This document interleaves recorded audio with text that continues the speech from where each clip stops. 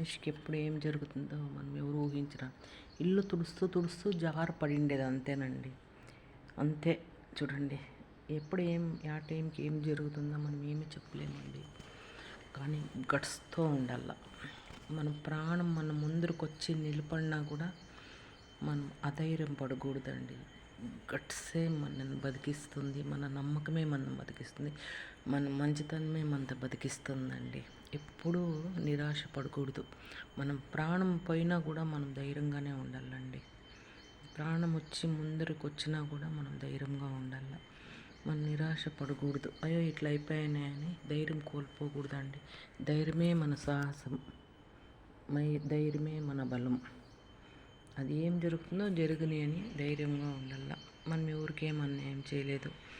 మరి జరుగుతుందండి మామూలుగా. ఇది ఆ టైంకి ఎవరికైనా కానివ్వండి, ఆ టైంకి ఏం జరుగుతుందో చెప్పలేమండి. ఊహించరానిది, ఎవరికైనా కానీ ఊహించరానిది అండి. అంతే, ధైర్యం ఉండాలి అంతే. అయ్యో కృంగిపోకూడదు. అయ్యో ఇట్లా అయిపోయినాయని కృంగిపోకూడదు. అది ఏం వస్తుందో రాని ఎదుర్కొంటాను అనే ధైర్యం ఉంది కాబట్టి నేను ఇట్లా ధైర్యంగా ఉన్నానండి. ఎదుర్కొంటాను నేను ముందు నుంచి అంతేనండి. నేను ఏమన్నా రాని ఎదుర్కొనే శక్తి దేవుడు ఇచ్చినాడు నాకు. ఆ ధైర్యం దేవుడు ఇచ్చినాడండి నాకు. అందుకే ఏం వచ్చినా కూడా నేను భయపడేదండి, ఎదుర్కొంటాను బాగా.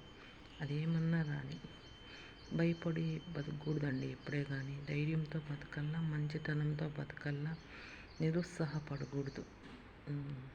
అప్పుడే మనం హ్యాపీగా హెల్తీగా ఉంటాము. అవునండి. మనకి ఇప్పుడు కొంతమంది చనిపోతూ ఉంటారు. ఈ భూమి మీద వాళ్ళకి టైం అయిపోయి ఉంటుందండి. ఇంకా ఎక్కడో పుట్టాల్సి వస్తుంది వాళ్ళు.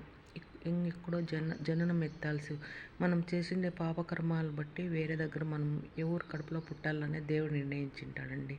మనం ఇప్పుడు ఏం చేసుకుంటామో పాప పుణ్యాలు బట్టి దేవుడు మనం మంచి చేసింటే మంచి వాళ్ళ కడుపులో వేస్తాడు, చెడు చేసింటే చెడ్డ వాళ్ళ కడుపులోనే మనం పుడతామండి. అంతే కదా. మంచి చేసింటే మంచి ఇంట్లో మనం పుడతాం, జననం ఎత్తుతామండి. ఏం చేసినా దేవుడు చాలా తెలివైనడు కదండి మనుషుల కన్నా. మనం కాదు కదా తెలివైనడు, దేవుడు కదా తెలివైనడు. దేవునికి తెలుసు కదా ఎవరిని ఏం చేయాలా, ఎక్కడ ఏం చేయాలని దేవునికి తెలిసే ఉంటుంది కదా. ఎవరికి ఎలా దెబ్బ కొట్టాలి అని దేవునికి తెలిసే ఉంటుంది కదండి మనిషి. అందుకే మనము ఉండే అన్న రోజులు మంచిగా చేయాలండి.